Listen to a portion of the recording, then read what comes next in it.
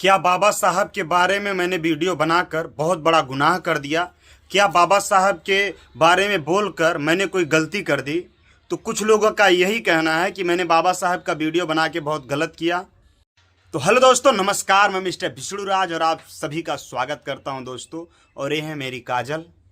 तो हेलो दोस्तों, नमस्कार। मैं काजल राज और बताना चाहता हूं, आज उस महानायक का जन्मदिन है।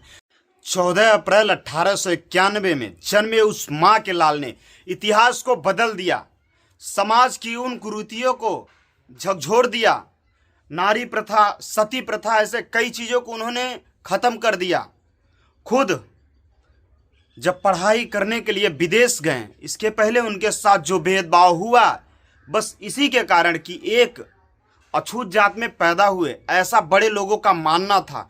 बाबा साहब ने स्वयं 32 डिग्रियों के मालिक हैं। बाबा साहब स्वयं खुद से पढ़ाई की। एक समय था कि उनको पानी तक पीने नहीं दिया जाता था, और वही बाबा साहब जब बैरिस्टर की पढ़ाई करके लंदन से वापस आए, इंडिया में वकालत किया, तो उनकी डिग्रियों की लोग सराहना ना करते हुए उनके फाइलों को चिमटे से उठा के ऑफिसर के पास रखा जाता था।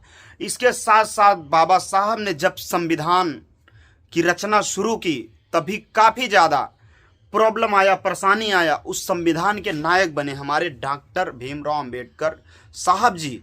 उसके बाद उन्होंने देश को एक करने के लिए कितनी लड़ाइयाँ लड़ी और सबको दिखा दिया कि शिक्षा है अनमोल रतन, कि एक शिक्षा के ही कारण बाबा साहब ने उस उपलब्धियां को पा लिया था जो उपलब्धि पाने के लिए लोग क्या से क्या नहीं करते हैं। और इतना कहना चाहता हूं, बाबा साहब जिस कुल में, जिस समाज में पैदा हुए थे, उस कुल को उस समय एक अछूत नाम से, अछूत के नाम से जाना जाता था। इसलिए उनको इतना संघर्ष करना पड़ा, इतना कठिनाइयाँ झेलना पड़ा जिसकी कोई सीमा ही नहीं थी। और आज उसी शेर का, उसी माँ के लाल का जन्मदिन है।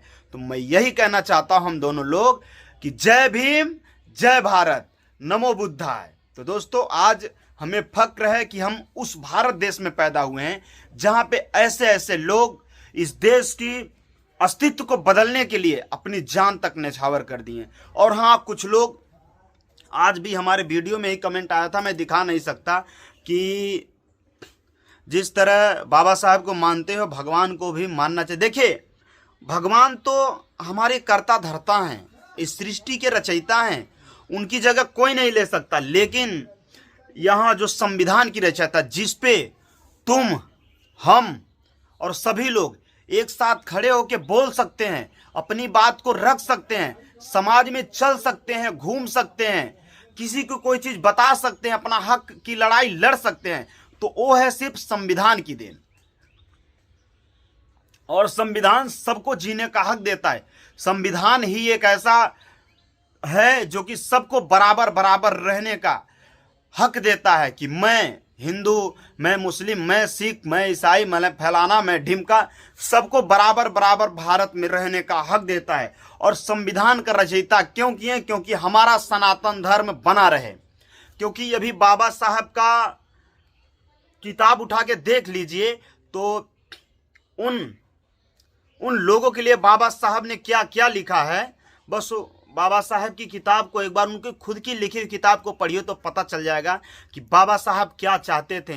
बाबा साहब एक सच्चे सनातनी थे जो कि अपनी भारत के लिए खुद को मिटा दिया। और एक चीज़ ये भी जानता हूँ, मेरा मानना है, जहाँ तक दोस्तों आप लोग कमेंट करके जरूर बताइएगा, कि बाबा साहब की मृत्यु नहीं, एक षड्यंत्र था।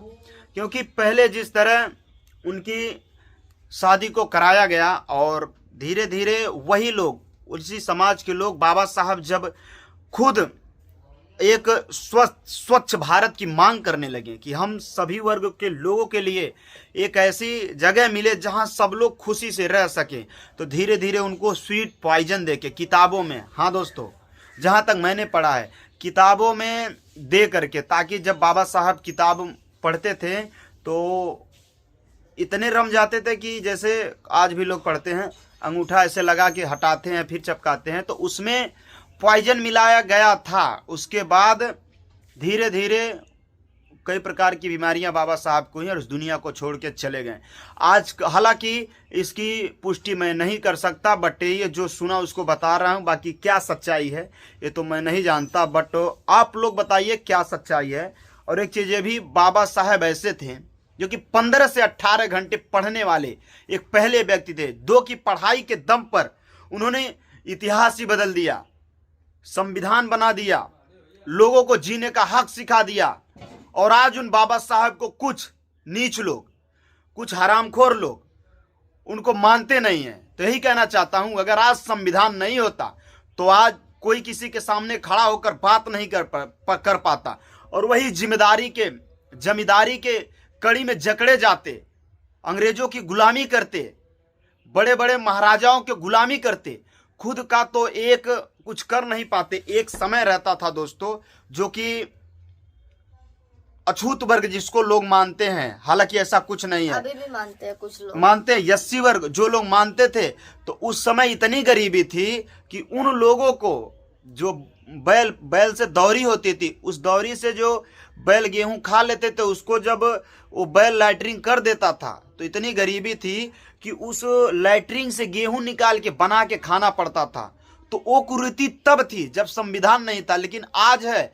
आप अपनी मेहनत से, आप अपनी मजदूरी से कुछ भी कर सकते हैं। और जिस वर्ग को आप लोग बदनाम करना चाहते हैं, तो यही कहना चाहता हूं, जाके देखिए बड़े बड़े डीएम एसपी ऑफिसर और बड़े बड़े सभ्य लोग हैं, आज लोगों को टिप्स देते हैं हर चीज का। और ऐसा कोई नहीं है कि दुनिया में, भारत में, कि कोई भी बाबा साहब को नहीं मानता है। तो दोस्तों, बाबा साहब को मानने वाले, सच्चे दिल से मानने वाले कमेंट जरूर करिए। और यही कहना चाहता हूं दोस्तों कि बाबा साहब के लिए तो पूरी दुनिया, पूरी जिंदगी काफ़ी है, क्योंकि बाबा साहब जो है हम लोगों के लिए एक ऐसा मिसाल बन के गए हैं। तो सत नमन है उस माँ के बेटे को जो कि 14 अप्रैल 1891 में जन्म लिए। तो यही कहना चाहता हूं दोस्तों, अगर वीडियो अच्छी लगी, हमारी बातें अच्छी लगी तो लाइक जरूर करना। जय भीम, जय भारत, नमो बुद्धाय।